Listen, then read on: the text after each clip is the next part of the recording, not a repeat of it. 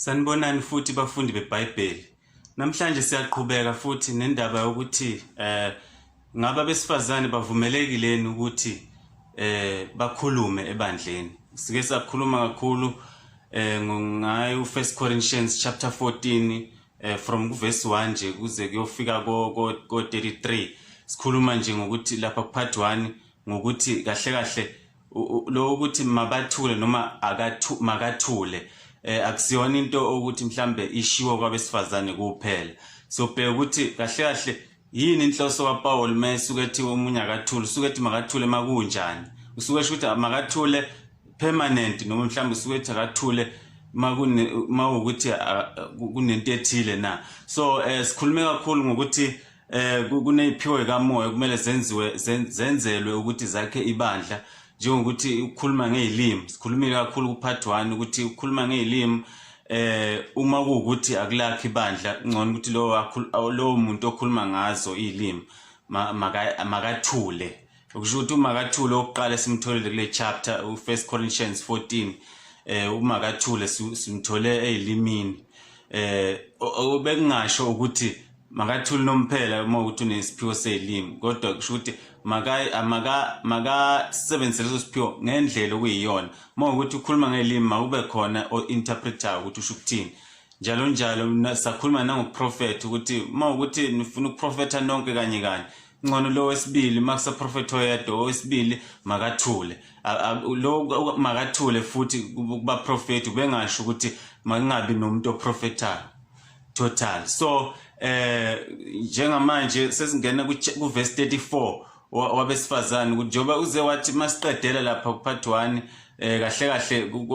kwabaprofeta ukuthi uzethu Paul nonke ningaprofeta nize niphelele nonke uma ukuthi nikezana ithuba ngoba wayedila ngeorder uPaul into wayelwela lapha iorder kwabaseKorinthi. Wazi wathi uNkulunkulu umoya wabaprofeti uyathobelana ngakho uNkulunkulu wethu akasiwe siyaluyalo kodwa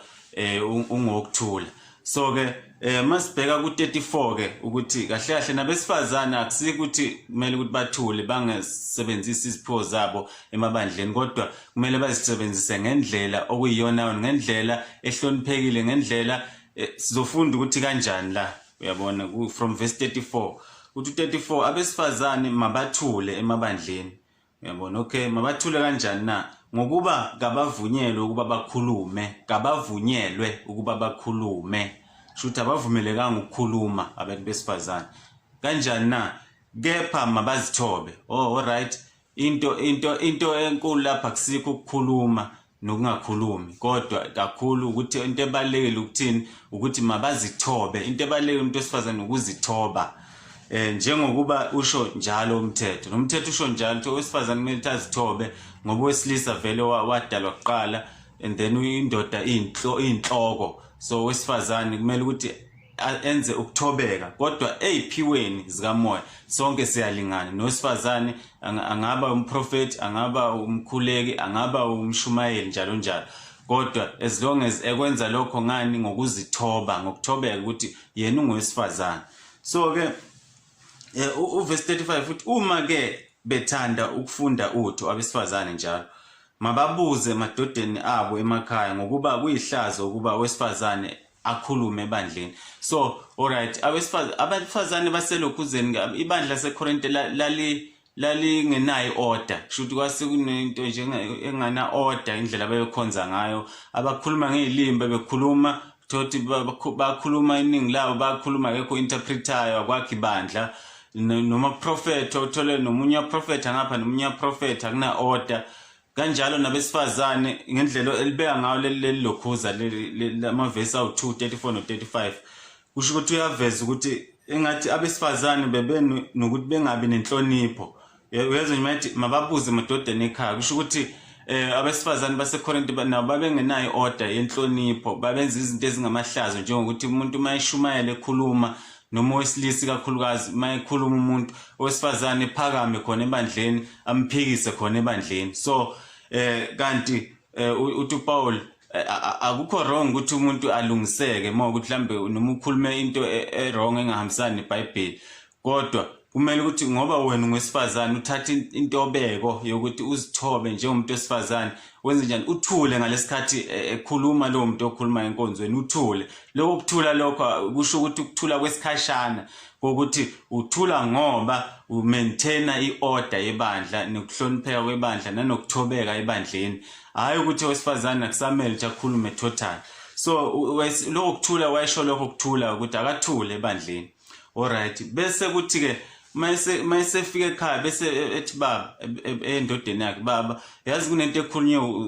usibanibani lapho baba ubani enkonzweni mina angizwisisi kahle ngathi iBhayibheli alisho kanjalo bese nibukisana nobaba ekhaya ukuthi oh ya uqinisile vele iBhayibheli lithi bese niyabheka indlela ukuthi iphi indlela eningenza ngayo ukuthi nimlungise lo baba ngendlela eright makufika isikhathi esiright lo kade eshumayela enkonzweni hayi ukuthi wena nje esashumayela bese wena wesifazane bese uyama uphikisa kube ne debate nje eyihlazo uyabona ukuthi umuntu wesifazane akhulume ebandleni kuyihlazo kwakuyihlazo kwabaseKorinte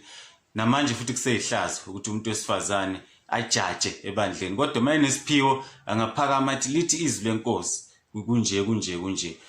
njalo noma iprofeti athi uthi uMongcwele kunje kanje so kodwa ngendlela yentobeko kodwa ebandleni makathule engaphakami ephikise ebandleni so alright ke uthi omunye mangenayo indoda ngizobuza kubani noma indoda ingakholwa i-common sense nje i-clear angithi ngalesi isikhathi soPaul vele kwakukancane ukuthi umuntu wesifazane kube khona umuntu wesifazane ongaganile vele umuntu wesifazane wonke bekuthi mayikhula vele uyazi ukuthi uyogana so but uma ukuthi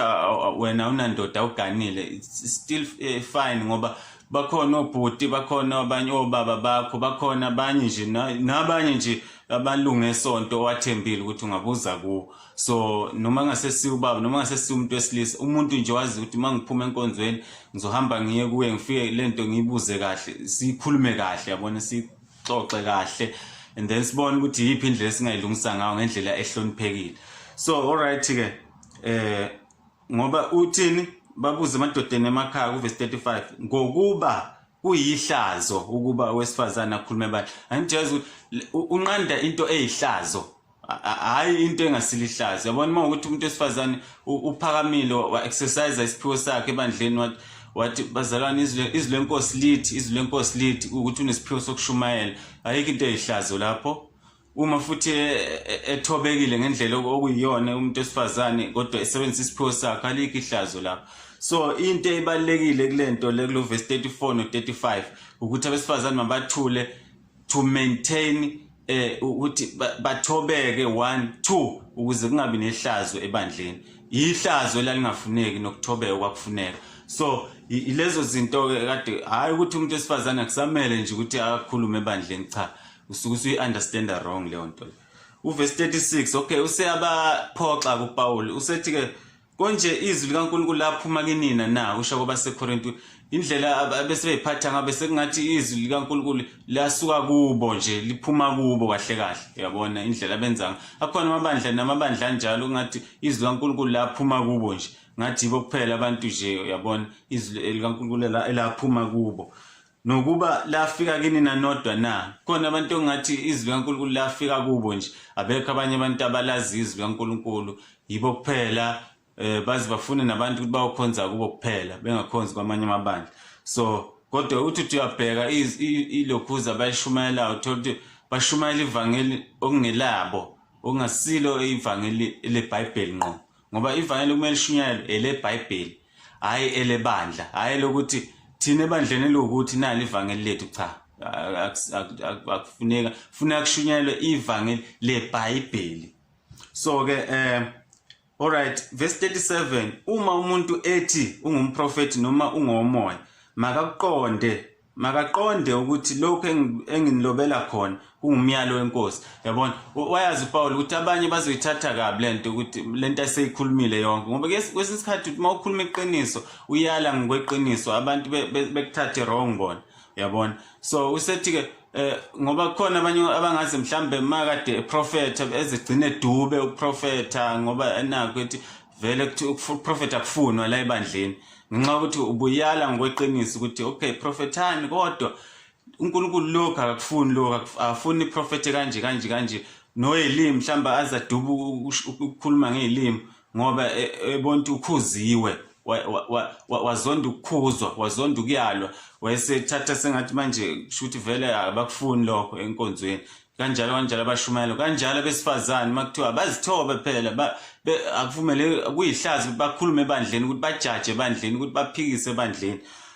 bese mhlambe dubo omunye wesifazane ukuthi kushuthi mina kumele ngikhulume ebandleni kanti cha hayi ukuthi akumele ukhulume kumele ukhulume kodwa ngendlela engasili ihlazo ngendlela yokuyithoba ngendlela umthetho wenkosi osho ngakhona. Alright, kepha u38 uthi kepha umuntu engazi makahlale engazi. Okay, umuntu onenkani lo isula phela sifuna ukutshelwa ukuze isihlakaniphi siyafuna ukutshelwa ukuze sande kakhulu ekuhlakanipheni kodwa isula sifuna. Alright, 39 ngakho ke bazalwane bami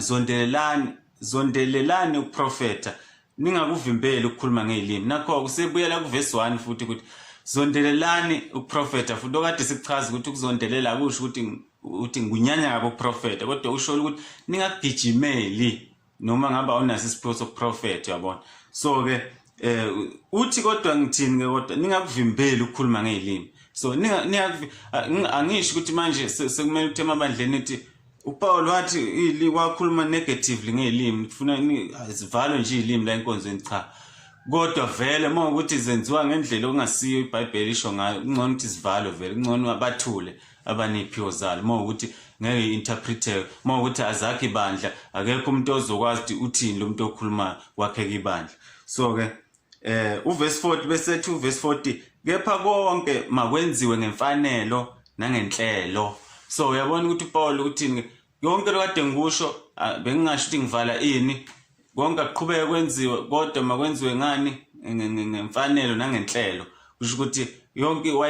kahle into wayestressa yona uPaul wayestressa ngeorder inhlelo nokwenza into ngemfanelo ebandleni kungenziwa nje izinto ngendlela engahlelekile ngendlela futhi uNkulunkulu angayifuni egameni lenkosi lethu Jesu Kristu amen.